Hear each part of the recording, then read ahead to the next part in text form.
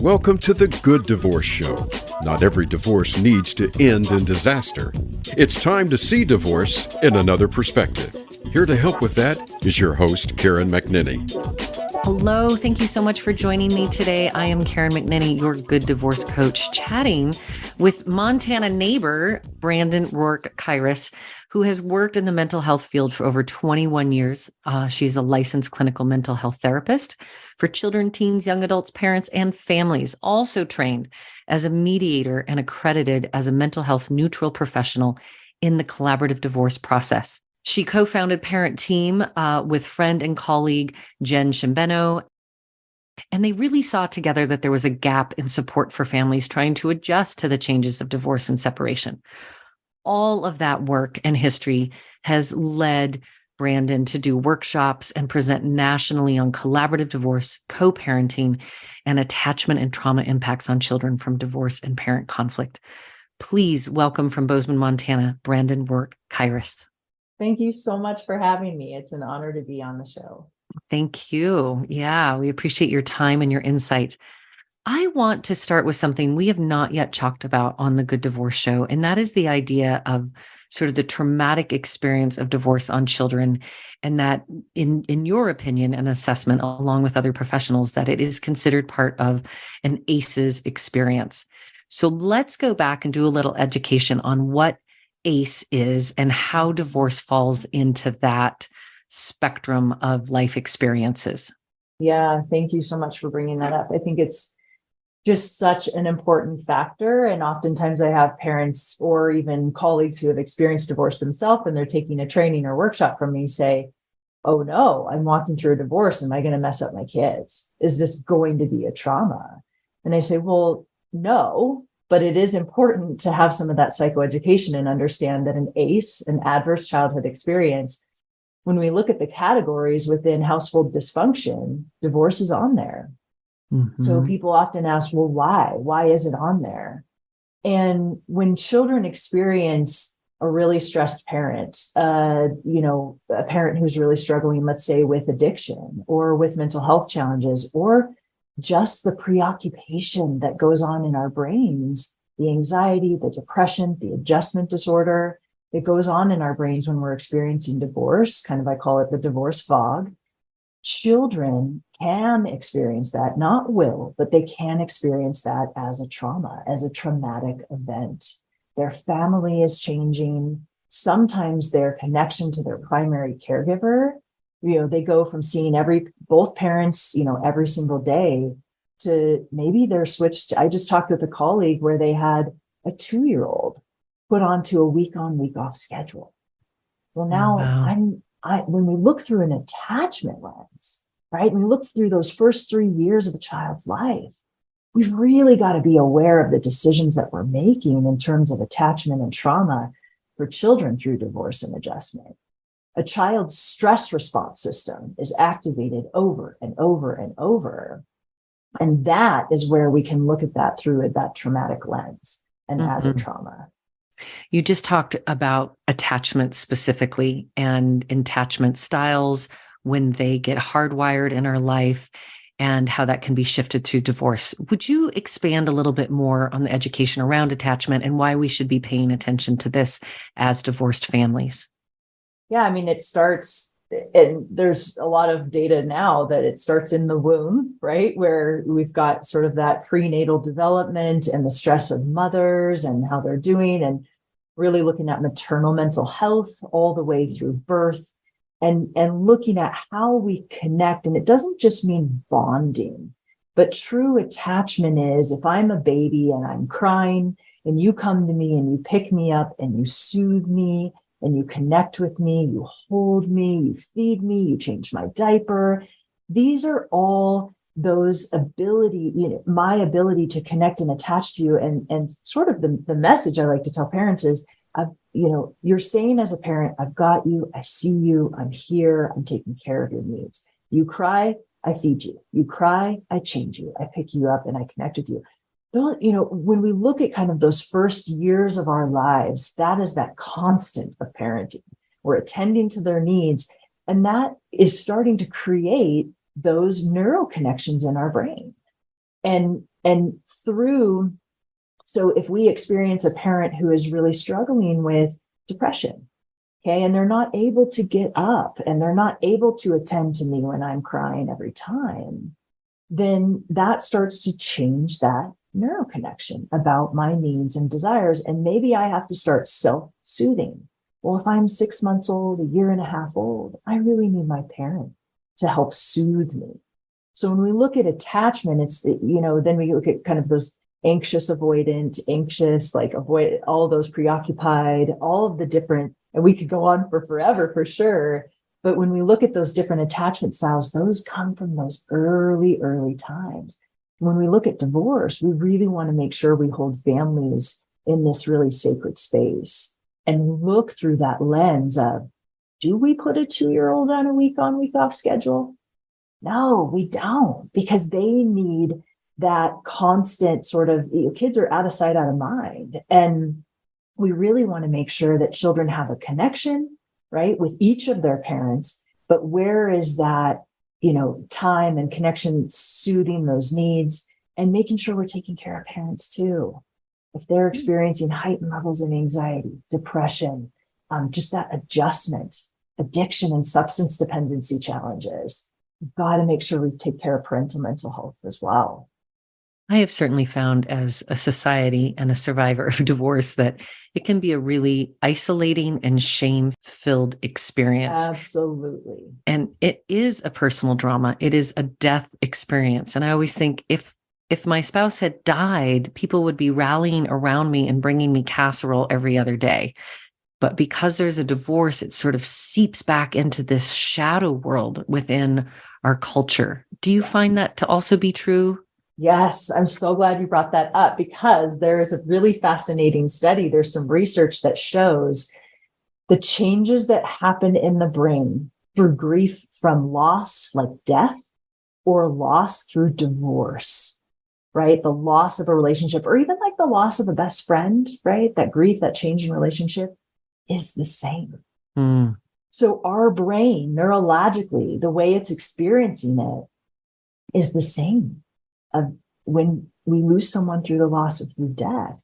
And I know in my own divorce, that's what I needed. I needed support. I needed help. I had moved to Alaska in the middle of like a dark winter. What was I doing? I don't know. But I needed that comfort and that support. And there were some people in my life that gave me that. Like a couple friends came out of the woodwork and really held me up. But I got a lot of judgment, a lot of shaming, and a lot of disconnect, right? Mm-hmm. A lot of abandonment. Like, I can't believe you would do this. We led you both and abandonment. And so it can also be a trauma big T for the adult, not just the children. That's right. Holding space for that whole family system, I think, is so important. Mm-hmm.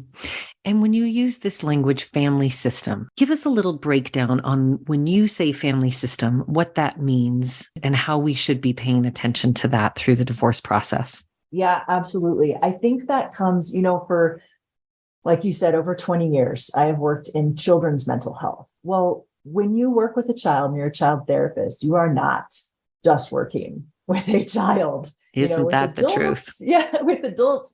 Hopefully, most therapists have a family systems background where they can look at, even if I have a mom in front of me or a dad in front of me, I see them within the framework of their system, which is, maybe their partner, maybe their children, maybe their parent, all of those. I think it's very natural for me because I've always worked within family and children's mental health, that when I have a child in front of me, I see them with their siblings. I see them within the system of their parents, grandparents, aunts and uncles, best friends. So I see them within this whole system of which they live. And they need me as their support and advocate to support that system, right? Even if I'll just say, like, I have a lot of kids where one of their parents is a jerk and it's kind of hard, right? Mm-hmm. They're kind of rough on me too, as their child's therapist, because maybe there's something they want done in the legal world or whatever, but I still need to support that child's relationship, however they want to lead that with that other parent or a grandparent or a sibling, because that's their system of which they live. So helping them with skills and strategies and tools to work on that relationship. I have come across this in my work, and I'm sure you have as well, where the good intended, what I call the galaxy around the two people getting divorced, like there's all these spinning planets and constellations, they can get involved, and it is not always helpful. You refer to this as the shadow figures. Yes. What have you seen, and what advice and even cautionary tale might you share with us? Yeah, we definitely have a group with my colleagues, who do collaborative work, and even within the co-parenting world, which is shadow figures. And they are oftentimes well-meaning people. They might be a sister or brother, an aunt or an uncle, even like an in-law or a parent, a best friend, the next door neighbor. I had a case before where we had agreements, both parents were on board, both individuals were on board through the collaborative process. We were just coming back to review, and one individual walked in and was like, I'm not okay with this anymore. And we had spent hours, 4-6 hours on these agreements, making sure they were okay. You have got a mental health person, a financial neutral, their attorney, and we were all very caught off guard. And when I broke out with that person, did kind of a one-on-one session, what I learned was their neighbor was a financial professional. And when they were talking through the financial decisions that they had made in their divorce, the financial professional, who was well-meaning, totally unraveled everything. It was like, no, you need to get more. This isn't da da da da. But the challenge with those shadow figures is they're not in the room with us. They That's don't right. understand this process. And oftentimes, if no one understands what collaborative is, they know that it's not about a fight. We're all in the room together. We are working on this together, problem solving, tons of support and intervention. So their framework might be from litigation. And the movies or the TV show they just the saw. media, right? Let's And fight. that Let's it's a speak it fight. out. Yes. And, when we're walking through a process, the lawyers that I work with know me so well now, after years and years, they'll say, Brandon, talk about the wolves. And I frame it for individuals too, to be very aware when you're walking through divorce, it is a very vulnerable time. And sometimes I say the wolves come to feast, and it's a very explicit visual, but they come to feast. They feast on the drama. They feast on your private information. And if they're parents, I remind them, your children don't need to be part of that feast, and you don't need to be part of that feast. So protect your private information. Be very mindful about who you share the details of your divorce with, because it is sacred, and this is your family. It is not to be dramatized. We look at our media, right? And it's not okay, especially in small towns. We have to be careful. Where people, again, let's give them the benefit of the doubt, well-intended. But I think a lot of folks don't understand really the good divorce process, that I walk couples through, the collaborative divorce process, which is really, the opposite. It's opposite world. And this is part of the work, even here on the Good Divorce Show, of changing the narrative and remembering that the family lives on beyond the divorce experience. So what do we do to protect it? And just as a reminder for our listeners about the collaborative divorce process, give us the core tenets of that and what people could expect if they were to say yes to a collaborative divorce process. Collaborative divorce is really built on dignity, privacy, and a willingness to find a third way. You have your way, I have my way. And we're willing to go, okay, with support and guidance and a lot of education from all these professionals, we're going to try to find a third way of doing things, because otherwise we're just going to fight. And one of us will win. And when one of us wins, our family loses. That's right. So it's really built around, you have two collaboratively trained and practicing attorneys. They're trained very differently than the training they get as a litigator. Sometimes, and a lot of times, I have a lot of litigators who are coming over to collaborative, which is beautiful. They're like, I'm done. This is the way to do it. I see a lot of lawyers in the divorce coaching training too. They're like, we're tired of being in the courtroom fighting over these families and seeing these people. We want a different practitioners, professionals are looking for a different path, which is beautiful. Absolutely. And the beauty of, so you have those lawyers, and then you have these two neutrals. You have a financial neutral and you have my role, which is the mental health neutral, which kind of facilitates and mediates the whole process. I also help and guide parents in their parenting plan. So I'm trained in writing parenting plans. You have 1/5 sort of, so there's the 4 core tenets. And then you have a 5th role, which is very important, which is the child specialist. And that person is a licensed therapist who works with children and families. And their role is to gather the voice of the children. And then to be able to share that with me as the parenting plan guide and the parents. So children have a voice, but they don't have a vote. And so that's really important. And so their role, and we're fortunate enough to have a trained child specialist here in Bozeman. Her name is Jasmine Van Antwerp, and she's absolutely incredible. Her work is phenomenal and so needed. It's similar to maybe like within the court system, they have guardian ad litems.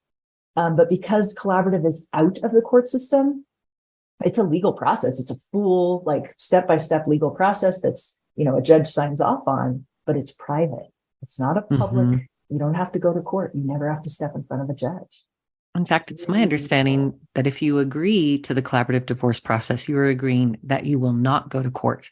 Absolutely. If at some point one or both of the parties cannot find that third way, that middle path, and they decide they want to jump ship into a litigated journey, then everyone leaves. Yep. All that team, all those lawyers, and you are at a start over.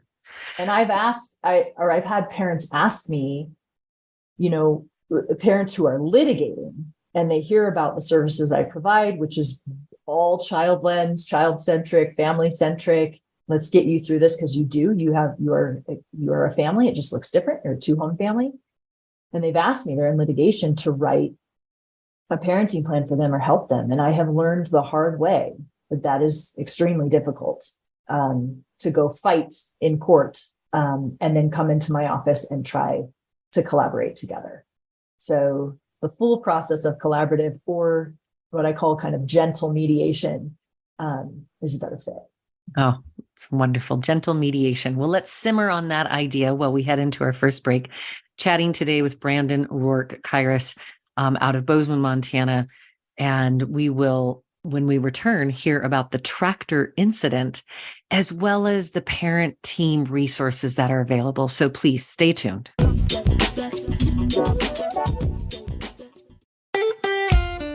Follow Voice America at facebook.com/Voice America for juicy updates from your favorite radio shows and podcasts. Tune in every Friday to get your weekend kickoff early. Join the legendary G. Keith Alexander for What's Hot Harlem America. The flagship show of the new Harlem America Digital Network has something for everyone. From the latest in entertainment to empowerment, health and wellness, and more, we'll bring you a variety of fresh viewpoints, voices, and ideas. What's Hot Harlem America with G. Keith Alexander can be heard every Friday at 1 p.m. in New York and 10 a.m. Pacific Time on the Voice America Variety Channel.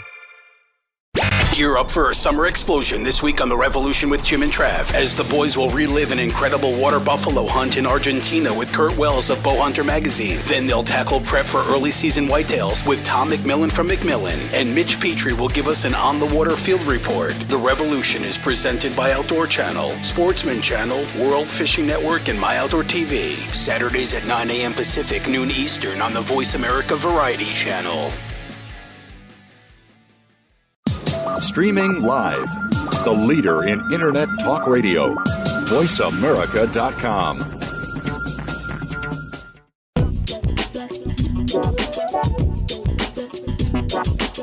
Welcome back to The Good Divorce Show with Karen McNinney. Have a question for Karen or her guests? Join us on the show at 866-472-5788. That's 866-472-5788. Now, back to the show with Karen. Welcome back. Thanks for hanging in there with me today. We are having a really valuable, relevant conversation with Brandon Rourke Kairos out of Bozeman, Montana. more than 20 years working as a licensed clinical mental health therapist with children, young adults, families, and is also a mental health neutral professional in the collaborative divorce process, as well as a collaborator in the parenting team, and has built some beautiful curriculum to help families walk through what otherwise can be a really daunting process. Welcome back to the show, Brandon. Thank you so much. Yeah, really grateful to have your expertise. I just want to tee you up by asking you about the great tractor incident. I believe this is going to be a cautionary tale for many of our listeners. Yeah. And when I do trainings and workshops, I like to share, of course, I protect the privacy and confidentiality of all of my families and individuals and change details and things like that. So I want everyone to know that. But I do think that examples are important to share because the lens we look through can really, lead us to how we're helping as professionals. And then also if you're a parent or an individual experiencing divorce, it's like, just taking this moment to sort of pause. And, I was in a case and the individuals were, honey and sweetie and very amicable and kind. And then, then they start bringing up this sort of like, well, when you did that the other day and we were out on the ranch and And I said, okay, pause. Like, can you share a little bit more? Because I could tell whatever was going on and they were stirring this up was getting in the way of them being able to problem solve and reality test within collaborative and make agreements. Well, when we unwound it a little bit, they had shared that one of them had chased the other one down with a tractor to try to run them over. Oh my heavens. And just being able to sit in that moment as a professional team. So there's 4 professionals in the room, and just being able to sit in that and sort of try to go, okay, where do we go next? And of course, the lawyers look at me because I'm the mental health person. When you're in mental health, you're used to and you're comfortable in the discomfort of life. So it was really, I pulled the 2 individuals out and we were able to talk through that. But it was really incongruent when I looked at honey and sweetie and being really kind and putting her hand on the shoulder, and then I wanted to kill you, right? I was so angry in that moment. So angry. Yeah. And, but the lens I look through is, okay, we have these heightened emotions. And, I think in our society and in media, we immediately would like frame that person within a mental health framework, right? They're crazy, they're borderline, they're this, they're that. And we love to label things in our society. And the lens I was looking through is, whoa, what's the support and the tool that we need here, right? And dialectical behavioral therapy, so developed by Marsha Linehan out of Seattle, it really centers on this skill called the wise mind. And understanding, like if you have a Venn diagram, over here is our emotional mind, and over here is our rational mind and our reasonable mind. And when we can combine the two, we have our wise mind. Well, in all of my cases, I do that education way up front. So I had already taught this individual about finding your wise mind, and that as a team is when we're going to ask you to make decisions. I'm not going to ask you to make decisions when you're in your emotional mind. Yes. So when this happened and it blew up and then it blew up in our office, and the individual was experiencing a panic attack, and it was really just, difficult. I was able to coach them and say, right now because they were like, they're not getting any parenting time. I want all the money. My flexibility is out the window, Brandon. I am done. You're in your emotional mind, right? And we're just going to sit here. I'm going to support you. We're going to cope together, and we're going to pause, and we're going to come back in 2 weeks, right? Or in a week, or whatever we need when we're in our wise mind. And because I had done that education way up front, they were able to go, oh yeah, you're totally right. I want them to hurt because I'm hurt. Yeah, that's and I'm right. in my emotional mind. So there's where like using a lot of therapeutic tools are so beautiful as an intervention within collaborative and divorce and all of that. And this idea that we're educating our clients on tools, which Oh, I wish everyone just got these tools way, way upstream, like know. early in school and education and before we're even selecting our partners. But nonetheless, here we are downriver, picking some people out, giving them some tools. Yes. And this idea of anger, would you mind digging a little bit deeper about, I see couples and they're in their anger and I remind them, you're still super engaged because the brain is probably, it's deep passion and it's deep anger. Yes. It's still a way to engage. And this goal, as I've heard it said, is to become indifferent towards your partner. And that the triggers start to release and that we don't get that emotional hijacking. Are there tools or thoughts that you have seen with couples when they're still in that kind of enraged engagement that's no longer serving them? Yeah. I mean, I think the wise mind, right? Definitely helping them identify that what is underneath that anger. Anger is such a functional emotion, right? Anger is, I actually prefer anger in front of me with helping clients versus like complete disengagement, because that is so difficult, right? If I can't get them to even emote in any way, I can work with the anger and understanding where that anger is coming from. And in my experience, especially within divorce, that anger is coming from fear. And absolutely. That anger is saying something is not right. So we see in collaborative in divorce, we see a lot of, affairs. Let's use that as an example. Okay. A lot of affairs. And there is so much anger, right, on both sides. And it shows up different. Often it's repressed anger over years and years. And maybe that individual has an affair. And then when the other partner finds out about that affair, they're enraged. I mean, I have seen so much rage come out in my office, and just opening space for that, allowing them to have that space for that is so important. Yeah. So better out than in. Yes.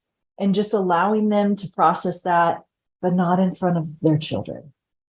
Yes. Right. And when is it appropriate? So I do uncoupling sessions, right? So within the collaborative process, that might be some work with an individual and helping them in that framework. And then also together, we have what I call a closure session. There's a lot of stuff people want to say to each other, but we're going to do that in a framework that's about you and your experience and your feelings versus I'm going to use this venue to attack you and tell you everything you did wrong.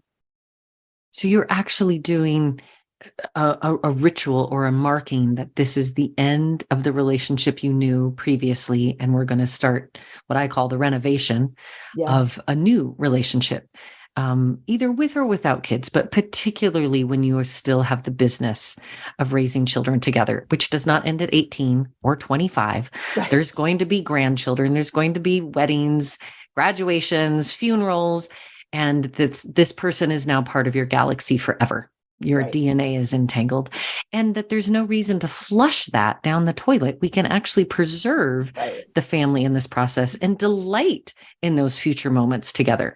But sometimes I think people don't even know that's an option.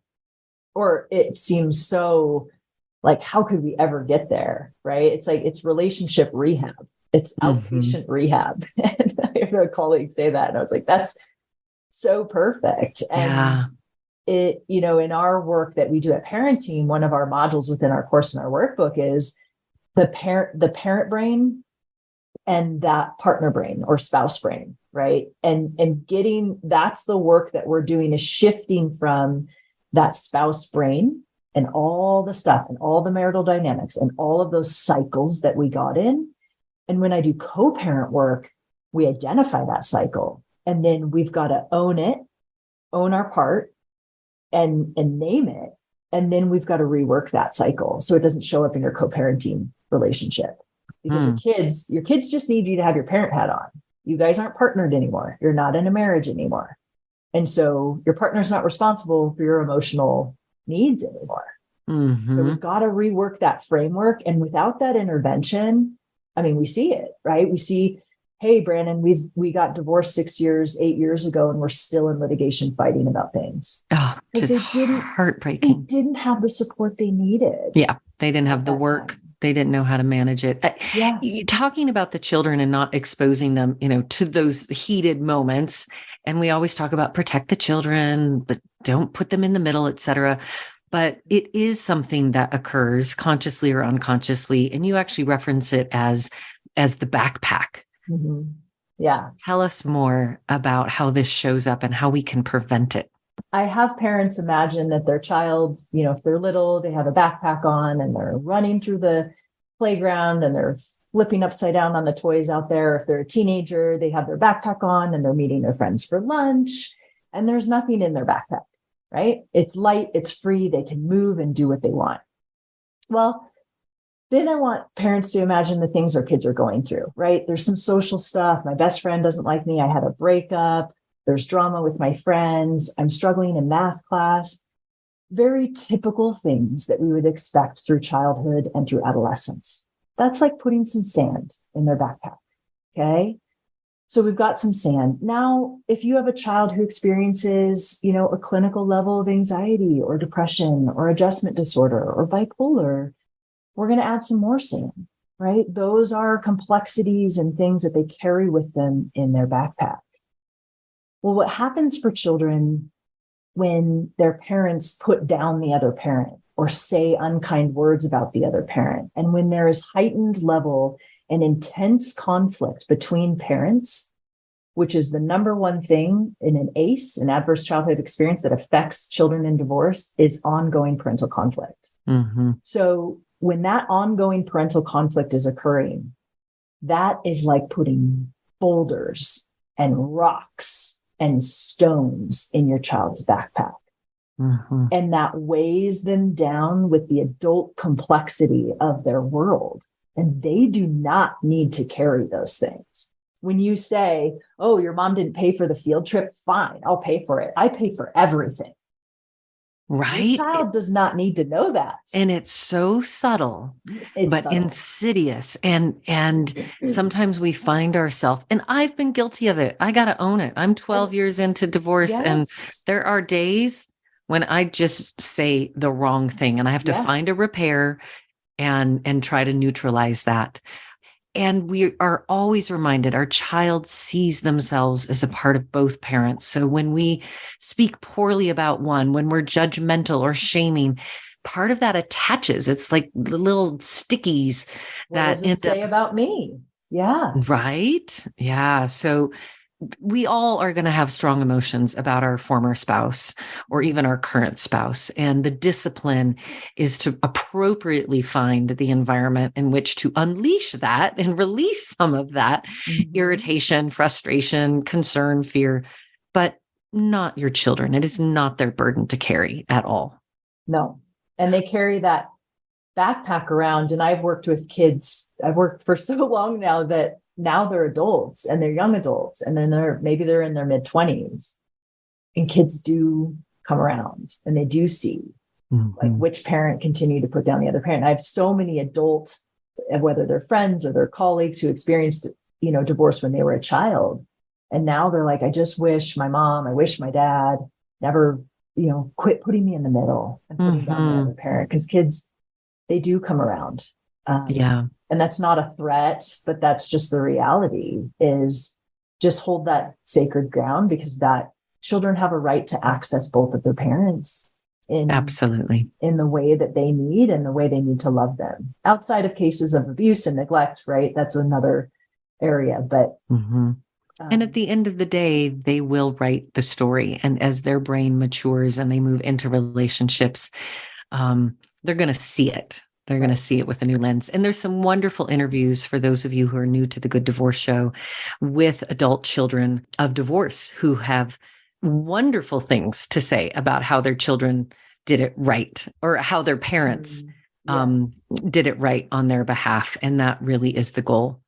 Now, this backpack that you speak about is actually an exercise that you have available through the curriculum, the workbook, and the online course that you've developed as part of the parenting team. And we want to hear more about what is in that curriculum, how to use it, how to access it. So when we come back from the break, we're going to dive directly in with Brandon Work Kairos as we look at the keeping your kids out of the middle parenting curriculum and how that might be of benefit to you in your own journey. So stay with us, listeners.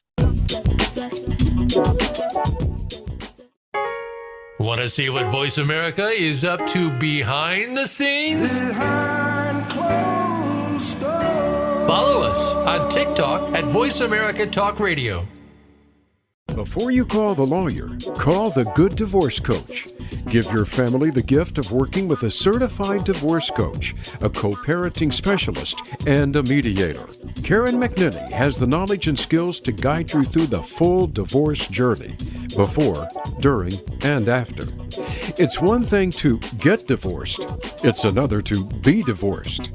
The Good Divorce Coach will teach you and your partner how to be divorced with less drama, less destruction, and less debt. Visit thegooddivorcecoach.com to get in touch with Karen. Tune in to The Patricia Raskin Show on VoiceAmerica.com every Monday at 2 p.m. Eastern Time and 11 a.m. Pacific Time. This is the program that helps you turn obstacles into opportunities, challenges into solutions, and find answers to tough questions with the award-winning powerhouse voice of radio, Patricia Raskin. So tune in and call in to The Patricia Raskin Show, Mondays at 2 p.m. Eastern Time and 11 a.m. Pacific Time, right here on the Voice America Variety Channel. Stimulating talk gets those synapses in the brain firing really fast. all the time. The number one internet talk station where your opinion counts. VoiceAmerica.com.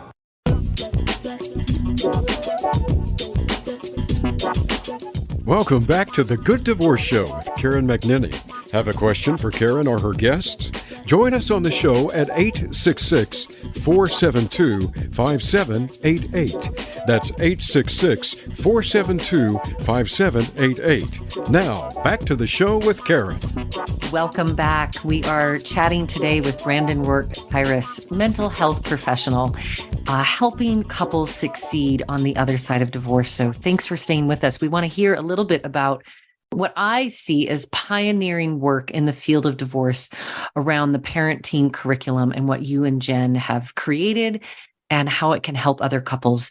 Take us back to the genesis moment of where this idea started, how you pushed it out, and how people can find it now. Thanks for asking. I think it's neat for me to even think back like, oh yeah, or I'll find my old notes or Jen and I's old notes about creating this thing. And then now it is. So a thing. Yeah, a thing. Jen and I met through collaborative divorce process. I was the mental health neutral and had been practicing for, I think, almost a decade within collaborative. And we had lost one of our amazing, she moved on to a different career, financial neutrals. And this woman came in named Jen, and we immediately kicked it off. We have nicknames for each other. She calls me Snack Pack because I always have snacks with me. Just a kindred spirit and a deep, deep desire to help families. And we were walking through collaborative and we're like, gosh, we would research like where to send parents for a co-parenting course or what to do. And we had this vision of what we were seeing our families experience, and an intervening moment through collaborative and early stages of divorce and post-divorce as well, but a need that was there. And what we found, and it's not to say that other programs aren't incredible, but what we found was it was a lot of outdated information. It was like, clip art and not interesting to look at or engage with. And the other piece was we got this feedback from a lot of parents that it was shame-filled. It was scare-filled, right? So it was like, we're going to make you feel fear about screwing up your kids. We're going to fill you with shame. And Jen and I's, we really stand firm on a compassionate and clear lens. So I'm going to talk with you really transparently, and I'm going to teach you and guide you with clarity, but it is filled with compassion because of, I've been through a divorce. I get it. You need compassion, you need comfort, and you need clear guidance because we're in that fog. So Jen and I sat down and we started creating these templates or just kind of an outline of what do we want to do. And I will say that we stand on the shoulders of giants. Linda Solomon is one of the first mental health practitioners within the collaborative movement of divorce. She was in Texas. Now she lives in North Carolina. And she was my mentor from day one. I found out who's the best in this field. I called her and she guided me through every case. I still have a call with her on Monday. I would not be here without her. So Jen and I sat down with her, and we credit her in our workbook. She really helped guide us. Karen Bonnell is also a mentor of mine. She wrote the co-parenting handbook. She wrote the co-parenting parenting plan guide. So I just want to honor and credit all the giants' shoulders that we stand on. Mm-hmm. And Jen and I's world is really, I think our gift is creativity, making things digestible and practical, breaking it down for parents. So there's, instead, I can't read a whole book right now, Brandon, but can you listen to a 2-minute video and do a 1-page worksheet? So digestible, making it really digestible. So Jen and I sat down, and in a matter of a few months, we wrote this whole thing, which we kind of look back and we're like, oh my gosh, how did we do that? But it's when the juices come, when the creativity comes, you've got to just roll. It was just there. So tell us about kind of the content and the delivery method of the parent team model. Yeah. So we have parentteam, TEAM.com. And there's a lot of freebie stuff, a blog, everything on there. But if a parent goes on there and clicks on online course, it's $99 for the course, but they get a second login for free, which they can share with their co-parent. And they log in, they get immediate access. It's for a lifetime. It never goes away, because it's important when we're going through divorce that we can access these interventions later, because there's too much going on in my head right now. So they have a whole dashboard. They have their own login. It's all private. And there are 6 modules. And we start with, parental coaching, parental mental health, checking in with you. We talk about that parent brain, spouse brain. We talk about the wise mind approach, and we talk about that backpack. Then we talk about how to talk to your kids about divorce, then setting up 2 homes. Mm-hmm. And every module has 2 components. So it has a parenting component, which I lead, and then it has a financial component, which I think is really unique. I haven't seen that in other co-parenting courses, where Jen has created tools to help guide co-parents through that financial lens. So you're getting both. You're getting the parenting lens, the financial lens. So one of my favorite tools that Jen has, I think, is in module 1, and it's write a breakup letter to yourself. Oh, and wow. She guides you on how do you break up with your old financial behaviors that you don't want to repeat post-divorce and in a new relationship. So if you were always the spender or the debts or whatever, or you led that way, or maybe you just got tangled up in your partner's financial, behaviors that you didn't agree with, write a breakup letter to yourself. And what's really neat is people send them to us for accountability. Oh, so we'll get emails to hello@parentteam.com, and they'll send them to us, which we just love staying connected with, all of our families. So there's the online course with short videos, bite size, that goes along with the workbook curriculum. So people can really, what I always say, we want education to be sticky, not just theoretical, but really something that we can invest in. And then is there also an option of working with you and Jen independent, or only inside of a collaborative team? Yeah, we have co-parents that we work with all over the US, Canada, parent teams even in New Zealand. So that's really neat. So yeah, I do co-parent coaching and counseling with many families. We also train other practitioners to do this work. So that's our goal, is to reach all these families. So there's the online course. The workbook comes with the online course. They can download it. They can also just buy the workbook on Amazon.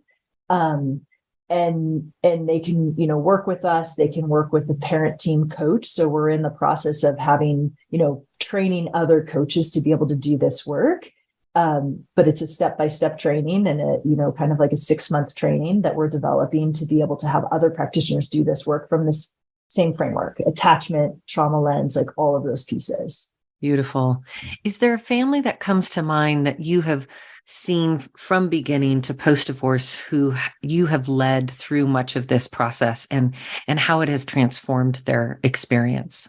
Yeah, I think one is looking at just such a, I don't know if dramatic is the right word, but such a shift in their lens through doing this work. So when I have a collaborative clients come to us for a case, or I have co-parenting counseling, I do ask them to do the course first. One, it's just financially, it's a lot cheaper. It ends up being like $48 for each of them to take the course, build a common language and framework, make sure they like my approach before they hire me, because I might not be your person. I'm through the lens of your kid, and I'm really clear, very compassionate. But I have a family that I think of where one parent came in and was pretty much like, I want, we don't really use custody. We don't use that word, but like, I want all parenting time because my co-parent can't do it.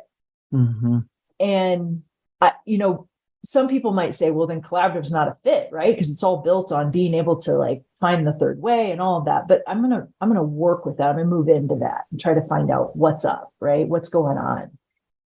And I just if I were to look at 30,000 foot view of this family, they went from one parent being like, they're not capable, they can't do this, a lot of anger, a lot of rage, starting the process of grief, to walking through a parenting plan with shared parenting time that grew. I call them scaffolded plans. So the way it looks right now is not the way it looks next year or in 2 years. As your child grows developmentally, we want to follow your child and build a customized fit for your kid, right? Absolutely. So a scaffolded parenting plan. If a parent has addiction or mental health needs, we do what's called an insert plan. We insert an additional plan around those needs, so a child does not lose access to their parent. We need to keep them safe, and we need the functioning of the parent to increase, but we don't slap their hand. So we had a scaffolded plan with this family, and now they're post-divorce. They meet with me once a month, and their ability from when they were in that spouse mind, that ex-spouse mind, and all the anger and all the marital dynamic and getting in that cycle, their ability to understand, learn, build skills and tools, be able to cope through this, own their own stuff, their ability to do that is now, they're in my office once a month. They're having extremely respectful conversations. They're in their parent mind, and they're able to walk through the needs of their children and put them first. And that's pretty significant to me as the person guiding them because of where they were. I mean, it was like fighting, high conflict. I want the kids full time, all of this. You can't do it, to, okay, well, what do you think? Do you think they should be able to drive to, this town or whatever? And being able to make these collaborative decisions about their children. And it's like, I don't meet the kids, our child specialist does, but I always see the kids in my brain, right? Mm-hmm. And I'm just like, yes, right? These kiddos are going to be okay. Their parents are doing the good work. They did a good divorce. And that's right. And it is one of the options. Out of curiosity, how long were you working with that couple? Like from the beginning, high conflict, to other side of divorce, and now them continuing work with you? Yeah, that's a great question. I would say their process was about a 6-month process from when I did my first intake with them to signatures on their divorce decree. Yeah. And then, I mean, my goal is to work myself out of a job, but I find that families need support post. So I meet with them once a month until they don't need me anymore. Absolutely. And again, this idea that getting divorced is one piece. That's just the one legal action. But this whole journey of being divorced, renovating the relationship, figuring out what the new co-parenting world looks like, shift of mind, going through grief, it's quite extensive. And I think people underplay the journey. It isn't a one and done day. Right. We've signed our papers and now we're done. That's the beginning of the next chapter. Yeah. Yes, Yeah, absolutely. Well, and speaking of beginning, in terms of the parent team curriculum, the workbook, it's also somewhat, how many years has it been available now? When did you? I think in December, it'll be 3 years. So we're still pretty new, I would say. But there are big plans and ambitions and many things already being implemented in terms of where this curriculum and this family support can happen. What is happening on the pioneering front?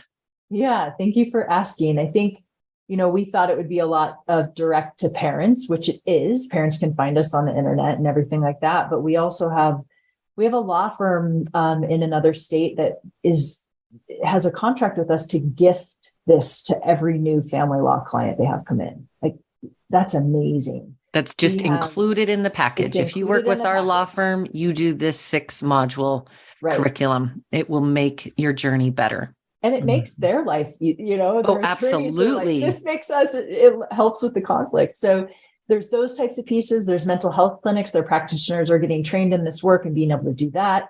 We just have a contract with the state of Idaho, with the Children's Resiliency Project. So implementing this into their system as well. And then, for example, here at Montana State University, they've adopted this as their curriculum for their parenting through divorce class. And then the really exciting part, because I'm a little bit of a geek, is we're going to do a quantitative research study and follow families and collect that data to really see, you build something and you really want to help families. And we would love to have that data to be able to show that this works. It helps to reduce conflict, and it helps families to go off on a different path and a more functional path as co-parents. Oh, it's so exciting. And I know that it radiates throughout society, right? What's happening at the dining room table goes to work at the desk and vice versa. But we continue to see divorce in our culture at very high rates. And I feel like there is a new movement in the last decade or so of lots of practitioners, just like yourself and your team members, who are saying, we can do this differently and we need to do it differently.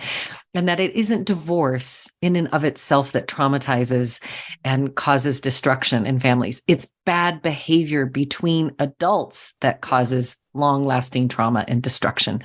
So let's get people the tools that they need. And if you're sitting there thinking, oh, I wish I would have known better. Oh, I wish I would have done it different. It's not too late. Right. And you talk about really the importance of identifying for ourselves that divorce is something that can be transformative, even in its pain.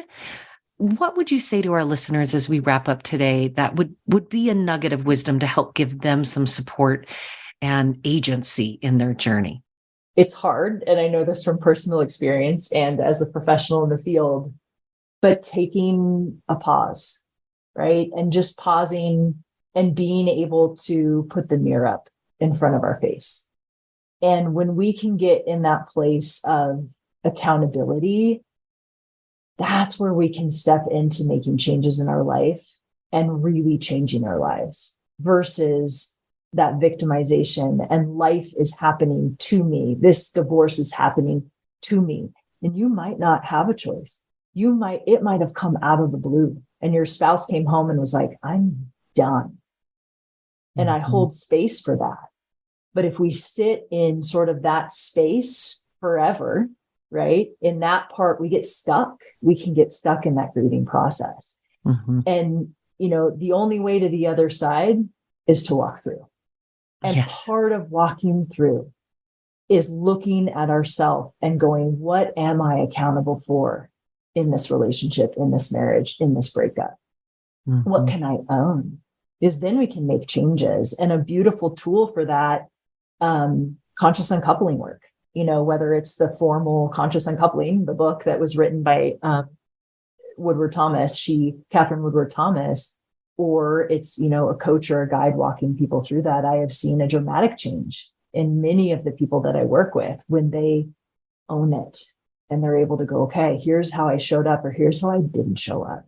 And I can make those changes for my future, for myself in healing. And then if they want to repartner in the future, that can look so different for them in a healthy way. That's right. Let the divorce experience be a classroom so that new habits are made, not old patterns repeated, and that a new best version of yourself can show up in your life as you live your best self. Yeah. Brandon Rourke Kairos, just outstanding conversation today. We're probably going to have you back on the show because there's so many more things. Chatting today with Brandon out of Western Montana, mental health field for over 21 years as a licensed clinical mental health therapist, and is a trained mediator and accredited as a mental health neutral professional in the collaborative divorce process. Where can we find you online and these resources? Yeah, so my parent team, so www.parentteam.com. You can find us there. And also just my first name, Brandon, BRANDYN @parentteam.com, or hello@parentteam.com.